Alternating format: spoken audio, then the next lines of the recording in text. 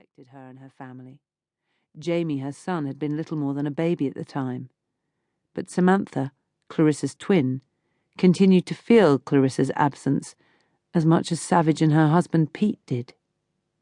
Fox's actions had compounded the misery.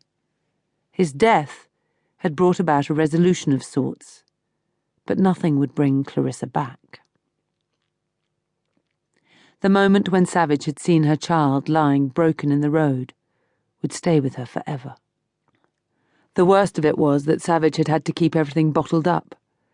Aside from herself, Fallon and Riley, no one knew the real truth behind Fox's downfall or Savage's unorthodox investigative approach. Nevertheless, Maria Heldon could smell a rat. "You know what they'll say," she'd said when she'd questioned Savage about Fox's death. "No smoke without fire." Well, there was fire. Plenty of it. But Savage wasn't about to tell Heldon anything of the spark which had set the flames alight. "Anyway, bet you're glad the whole thing is over," Anshaw said, sounding conciliatory. "Can't have been pleasant finding Foxy in the car like that, all gassed up and turning blue." Anshaw was a media guy, so he could be forgiven for not knowing about the finer details of carbon monoxide poisoning. Fox hadn't been blue. In fact, he hadn't even looked dead. Just a trail of drool trickling from his mouth alerted Savage to the fact something was wrong. As for pleasant, well, worse things had happened. They walked away from the court towards the car park, and as they approached her car, Savage turned back for a moment. Maria Heldon had finished speaking, and the reporters had shifted their attention to the next group to emerge. Owen Fox, his wife Lauren, and their solicitor. Owen had jet-black hair like his dad, but his facial features were softer. Lauren was blonde, her hair matching the curly locks of the baby in her arms. Both parents were early 20s, not far off the age Savage had been when she'd had the twins. "A difficult time, eh?" Anshaw said, following Savage's gaze. "Tough for the family." Tough? Savage held herself stock still, bristling inside once again. She wished Anshaw would shut up, wished she was away from here. I guess you could fucking say so.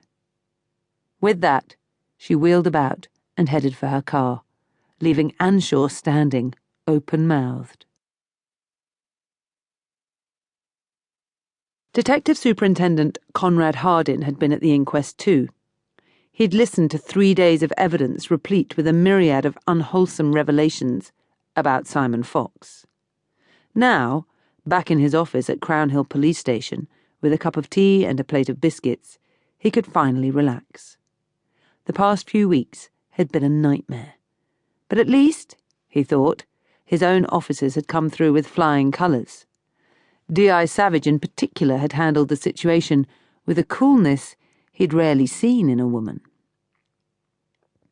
Hardin reached for his tea and slurped down a mouthful. A stack of mail formed an ominous pile next to the plate of biscuits. He took the first piece of mail from the pile, promising himself a biscuit once he'd dealt with 3 items. The white envelope had been addressed in block capitals, with his full name, without rank, at the head. A first-class stamp sat in the top right corner, and was franked with yesterday's date. The letter had been posted in Plymouth. He noted the details without really thinking about them, the result of half a lifetime as a detective. But when he opened the envelope, his interest was piqued. The letter inside had been handwritten in a Gothic script, with eloquent curls and flowing lines. The F, P's, Q's, and Y's were nothing less than calligraphic perfection. This, Hardin thought, was somebody who thought presentation was as important as content. Having read the first few lines, he was swiftly disabused of the notion. The content was waffle, and had barely skimmed through half the letter before dismissing the message as the mad ramblings of somebody who needed psychiatric help. Hardin stuck his tongue out over his bottom lip, as he always did.